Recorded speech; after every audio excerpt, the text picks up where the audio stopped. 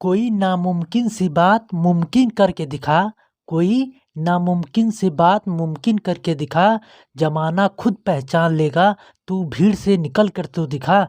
Hello दोस्तों, आप सभी का स्वागत है आपके अपने यूट्यूब चैनल ऑपरेशन विजय में। दोस्तों, मैं हूं अखिलेश यादव।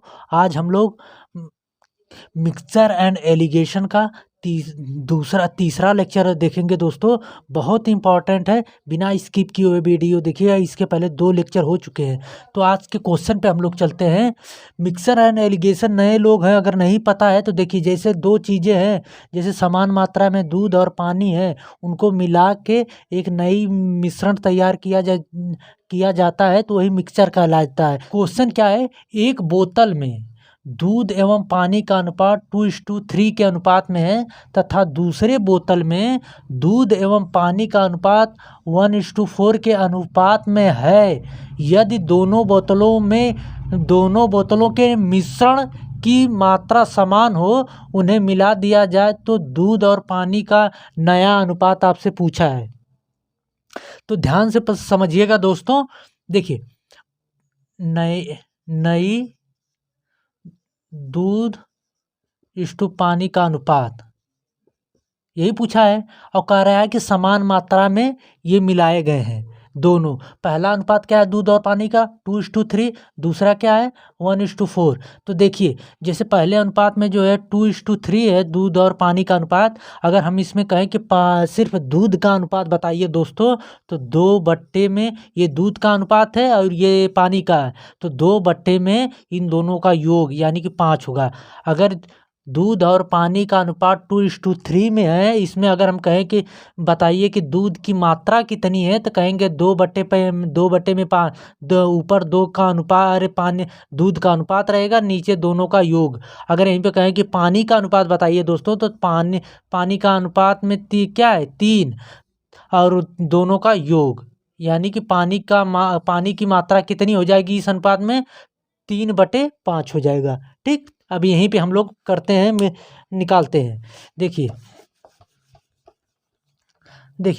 दूध और पानी का अनुपात पूछा है ना, तो पहले में क्या है, पहले में दूध की मात्रा कहेंगे 2/5 है ना। दूध की मात्रा 2 है, टोटल यानी 2, 3, 5 प्लस दूसरे बोतल में दूध और पानी का अनुपात 1:4 है। तो इसमें अगर कहें कि दूध की मात्रा क्या होगी, तो कहेंगे 1/5 होगी ना। एक ये दूध का अनुपात है, बटे में 5 यानी कि दोनों का योग, कोष्टक में इष्टू, फिर दूसरे कोष्टक में ये दूध का अनुपात अब हो गया। कह रहा है कि 2 बोतलों में, ठीक, पहले बोतल में दूध और पानी का अनुपात 2:3 था पहले बोतल में, और दूसरे बोतल में जो है दूध और पानी का अनुपात 1:4 था। दोनों को मिला के एक नए बोतल में डाल दिया गया। तो उसमें पूछ रहा है दूध और पानी का अनुपात क्या होगा। बहुत ही फेवरेट क्वेश्चन है, ये हर एक एग्जाम में आता है, तो ध्यानपूर्वक समझना। तो देखिए, दोनों अनुपातों में से पहले दूध की मात्रा ले लिए इष्टू। अब यहाँ से दोनों अनुपात में पानी का मात्रा, तो यहाँ से 3/5 प्लस यहाँ पे क्या हो जाएगा, पानी के अनुपात क्या है, 4 है, बटे में टोटल यानी 5। तो यहाँ से कितना आ जाएगा दोस्तों, यहाँ से करेंगे तो ये 3/5 इष्टू 7/5। ये 5 से ये 5 कट गया, तो अनुपात कितना निकल के आ गया, 3:7 का अनुपात है। ठीक, समझ गए कि नहीं। अब देखिए, या तो आप इस तरह लगा दीजिए, डायरेक्ट इसका एलसीएम लेके इस तरह लगा दीजिए, नहीं तो क्या करिए, नहीं तो इसको आप जो है डायरेक्ट अनुपातिक मान निकाल दीजिए। कैसे, देखिए ऐसे, दूध और पानी का अनुपात क्या है, 2:3 है, और दूसरे में क्या है, दूध और पानी का 1:4 है। ठीक, तो पहले देखते हैं कि योग अच्छा बराबर है, 3, 2, 5 यहाँ पे भी बराबर है, 3, 2, 5 यहाँ पे भी बराबर है।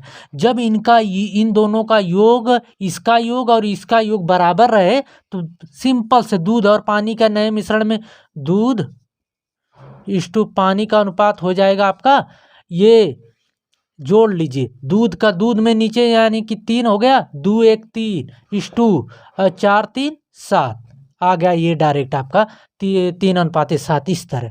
ठीक, तो ये आपका आसान हो जाता है। पहले इन दोनों, इसका योग फिर इसका अनुपात का योग। देखिए बराबर है तो कहेंगे हाँ बराबर है, तो ये इस तरह जोड़ लीजिए, इसको इस तरह जोड़ लीजिए, अनुपात निकल के नहीं आ गया। अगर नहीं बराबर होता तो बराबर करते हैं। आगे क्वेश्चन आ रहा है तो बताएंगे हम आपको कैसे होगा। ठीक, तो ये आपका अगला क्वेश्चन क्या है, हमने कहा ना पीछे वाला क्वेश्चन में अगर दूध और पानी की धारता अलग अलग दिया रहे तो क्या करते हैं। लिखिए पहले दूध और पानी।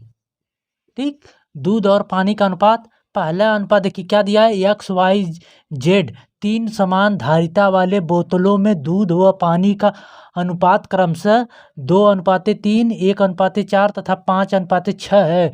तीनों को एक ही बर्तन में डाल दिया जाता है, तब आपसे दूध और पानी का अनुपात पूछा है। तो देखिए ऐसे लिख दीजिए। फिर दूध और पानी का पहले में क्या है 2:3, दूसरे में क्या है 1:4, तीसरे में क्या है 5:6।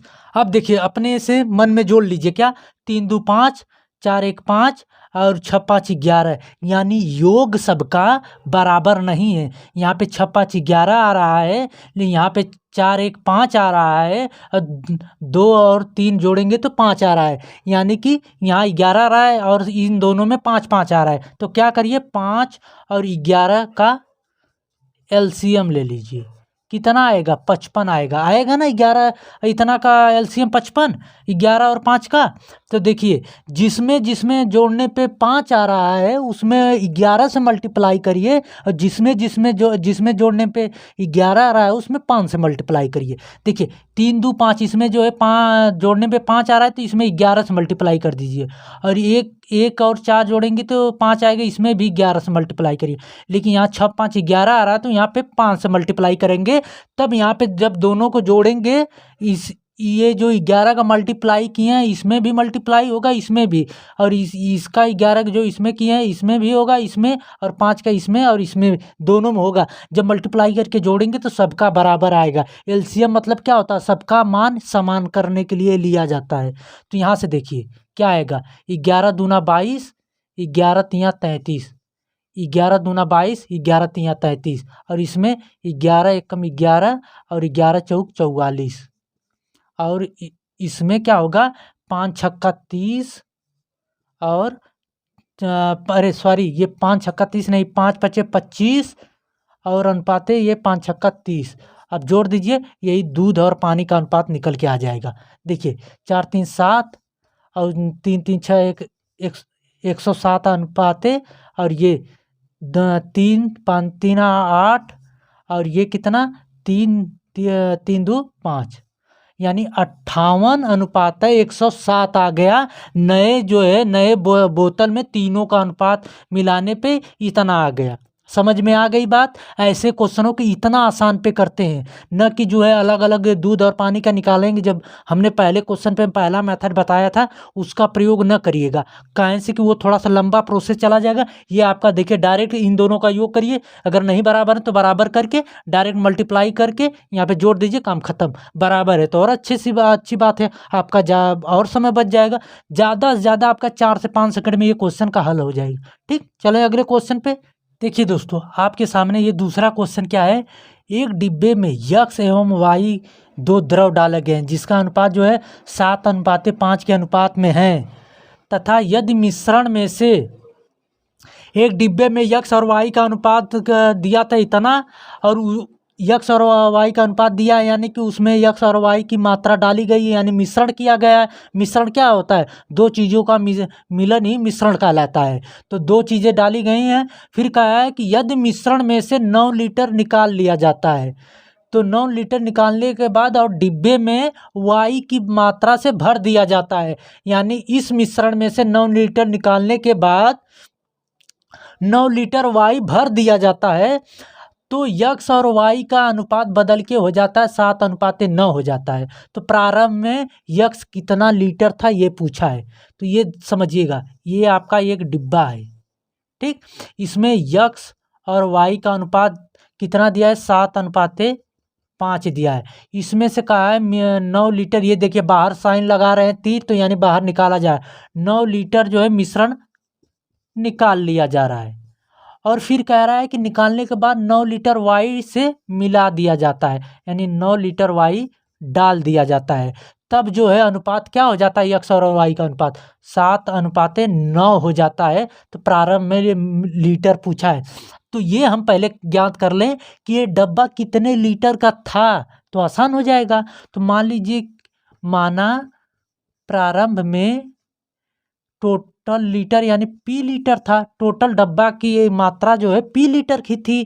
तो यहाँ से देखिए, समझिएगा, यहाँ से 9 लीटर मिश्रण निकालने के बाद जब वाई को मिलाया जाता है तो वाई की मात्रा चेंज हो जाती है। देखिए, वाई पहले 5 था, अब 9 हो जा रहा है, लेकिन यक्स पहले 7 था, अब भी 7 है। यानी कि यक्स की मात्रा पहले भी उतनी थी, 9 लीटर निकालने के बाद 9 लीटर निकालने के बाद पहले भी जितनी थी, जो है 9 लीटर वाई डालने के बाद भी उतनी है।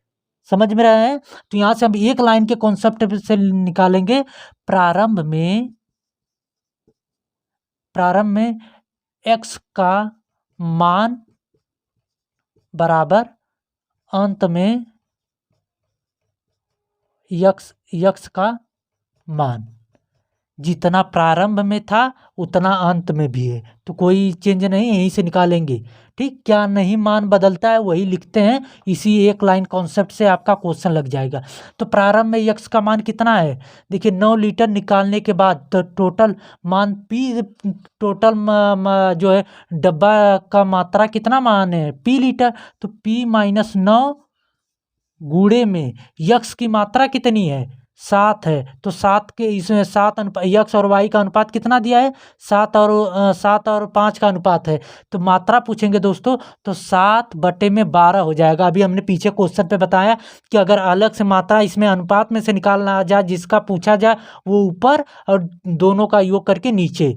तो यहाँ 7/12 कर दीजिए, बराबर अंत में जो है यक्स की मात्रा कितनी हो जाएगी, जब 9 लीटर निकाला जाता है तो पी माइनस 9 हो जाता है, फिर 9 लीटर डाल दिया जाता है, जितना निकाल के उतना डाला जाता है तो डब्बा भर जाएगा, यानी पी हो जाएगा। टोटल पी माने हैं गुणे में, तब यक्स की मात्रा कितनी हो जा रही है, 7/16, यानी कि यक्स का मान बटे में दोनों का योग। अब देखिए 4 3 जो है 12, 4 चौके 16, अब ये इधर मल्टीप्लाई हो जाएगा तो 4p माइनस 36 बराबर जो है ये 7 से 7 कट जाएगा आपका। तो यहाँ से आपका p बराबर निकल के आ जाएगा दोस्तों 36, यानी टोटल डिब्बे की मात्रा कितनी थी, कितने लीटर में भर गया था डिब्बा, 36 लीटर में। तो पूछा है कि यक्स का मान कितना होगा प्रारंभ में, तो यक्स का मान लीटर में प्रारंभ में कितना है, टोटल 36 लीटर है, इसमें यक्स का मान कितना, 7 गुणे अनुपात में 7 बटे में दोनों का योग 12, 12 3 36, 3 7 21, यानी प्रारंभ में ये यक्स की मात्रा कितनी थी, 21 लीटर। समझ में आ गया, यही क्वेश्चन का आंसर होगा। ठीक, चलते हैं अगले क्वेश्चन पे हम लोग। तो क्वेश्चन क्या दिया है, राम व्यय एवं बचत के अनुपात में 4:1 का अनुपात है। यदि उसकी आय 20% बढ़ जाए, आय जो है 20% बढ़ जाए और बचत जो है 12% बढ़ जाती है, तो उसका व्यय जो है कितना प्रतिशत बढ़ जाएगा। ये समझिए, बहुत ज़बरदस्त क्वेश्चन है। देखिए, ये आपका व्यय है, ये आपकी जो है, देखिए क्या क्या दिया है, बचत और व्यय का अनुपात जो है 4:1 का अनुपात है। व्यय और बचत 4:1 का अनुपात दिया है। जो अनुपात दिया रहता है वह ऊपर लिखते हैं, जो निकालना रहता है वो यहाँ पे लिखते हैं, यहाँ पे। तो देखिए, यदि उसकी आय जो है 20% बढ़ जाती है, यानी कि ये व्यय है ये बचत है, तो यहाँ पे आय होगी। बीच में एलिगेशन लगाते वक्त यही करते हैं ना, जो जब दो चीज़ों को मिलाते हैं तो देखिए व्यय और बचत, जैसे कि आप जो है 100 रुपया कमाते हैं, 100 रुपया कमाते हैं, आपके पास 100 रुपया है, उसमें से आपने 80 रुपया खर्च कर दिया और 20 रुपया बचाया है। तो हम पूछेंगे दोस्तों कि आपकी टोटल आय कितनी हो जाएगी होगी, तो कहेंगे कि मेरा मतलब 80 रुपया ख़त्म हुआ है, 20 रुपया बचा है। टोटल जोड़ेंगे व्यय और बचत को तो निकल के आता है आय। व्यय और बचत को जोड़ते हैं तो आय निकल के आती है, उसी तरह व्यय और बचत को जब मिलाएंगे तो आय निकल के आएगा। दो चीज़ों को मिलाने से जो नई तीसरी चीज़ प्राप्त होती है वही मिश्रण और एलिगेशन कहलाता है। तो देखिए व्यय पूछा है कितना बढ़ जाएगा, तो कह दीजिए x%। और बचत क्या कह रहा है, यदि उसकी आय जो है 20% बढ़ जाती है, ये 20% बढ़ जाती है और बचत 12%, ये 12% हो जाता है, तो ये पूछा तो ये यक्स मान लीजिए और इसका एलिगेशन यहाँ से निकाल लीजिए।